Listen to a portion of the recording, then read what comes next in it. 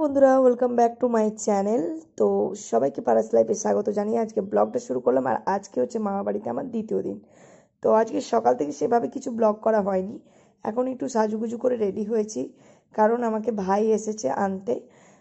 ভাই বলতে আমার মামার শালার ছেলে। তো ওকে আমি ভাই বলেই ডাকি, আমার ভাই হয় সম্পর্কে, আমি ওর দিদি হই। তো ও আমাকে ডাকতে এসেছে। ওদের বাড়িতে আজকে আমার নিমন্ত্রণ রয়েছে আই বড় ভাতের। তো চলো ওদের বাড়িতে যাব, ওকে সঙ্গে নিয়েই যাচ্ছি। তো ওর সাথে গল্প করতে করতে চলে যাচ্ছি। মানে আমার মামা বাড়ি থেকে আমার মাইমার বাড়ি খুব একটা বেশি দূরে নয়, কাছাকাছি আমার মাইমার বিয়ে হয়েছে। মাইমার বাপের বাড়িটা খুবই সামনে। তো এখানে এই রাস্তাতেই আমার ছোটোবেলাটা কেটেছে। এই গলিতে গলিতে আমি ঘুরে বেরিয়েছি। এটা ভাবলেও মানে এখন সত্যি খুব ভালো লাগে যে মামা বাড়িতে এইভাবে আমরা মামা বাড়িটা ছোটোবেলায় কাটিয়েছি।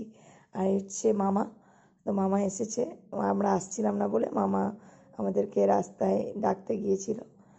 তাই দেখো মাইমা মোটামুটি সব কিছু রেডি করে নিয়েছে।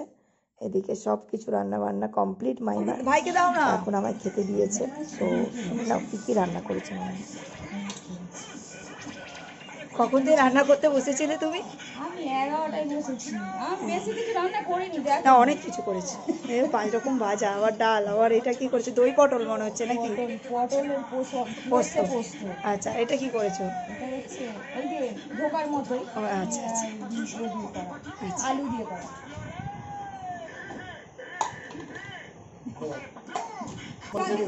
হ্যাঁ এখানে আমাকে আর ভাইকে খেতে দিয়ে দিয়েছিল। তো আমরা দুজনে মোটামুটি খাওয়া দাওয়া করে তারপরে মামা মাইমার সাথে অনেকক্ষণ গল্প করে বাড়ি চলে আসলাম। তারপর দুপুরবেলা একটু রেস্ট নিয়ে সন্ধেবেলা সবাই মিলে আড্ডা মারছিলাম। সেই সময় মামা এসে আমাকে এটা দেয়, বলে এটা দেখ এটা কেমন হয়েছে। তো আমি তো প্রথমে বুঝতে পারিনি। তারপরে বললো পছন্দ হয়েছে? আমি বললাম হ্যাঁ পছন্দ হয়েছে। তখন বলছে এটা তোর জন্য, আমাদের পক্ষ থেকে এটা তোর জন্য। তো কানেরটা সত্যি ভীষণ সুন্দর ছিল। তো চলো বন্ধুরা, আজকের মতো ব্লগটা এই পর্যন্তই। আর কানেরটা কেমন লাগলো অবশ্যই কমেন্টে জানিও।